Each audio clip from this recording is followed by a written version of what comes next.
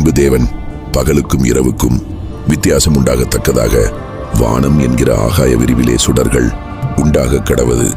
அவைகள் அடையாளங்களுக்காகவும் காலங்களையும் நாட்களையும் வருஷங்களையும் குறிக்கிறதற்காகவும் இருக்க கடவது என்றார். அவைகள் பூமியின் மேல் பிரகாசிக்கும்படிக்கு வானம் என்கிற ஆகாய விரிவிலே சுடர்களாயிருக்க கடவது என்றார். அது அப்படியே ஆயிற்று. தேவன் பகலை ஆள பெரிய சுடரும் இரவை ஆளச் சிறிய சுடரும் ஆகிய இரண்டு மகத்தான சுடர்களையும் நட்சத்திரங்களையும் உண்டாக்கினார்.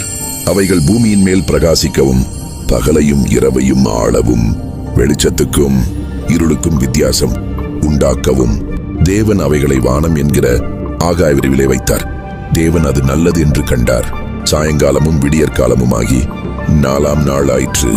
பின்பு தேவன் மீண்டும் ஜீவ ஜந்துக்களையும் பூமியின் மேல் வானம் என்கிற ஆகாய விரிவிலே பறக்கும் பறவைகளையும் ஜலமானது திரளாய் ஜனிப்பிக்க கடவது என்றார். தேவன் மகா மச்சங்களையும் பெருக கடவது.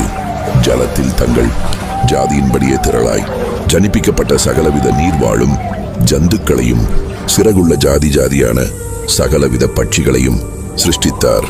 தேவன் அது நல்லது என்று கண்டார். தேவன் அவைகளை ஆசீர்வதித்து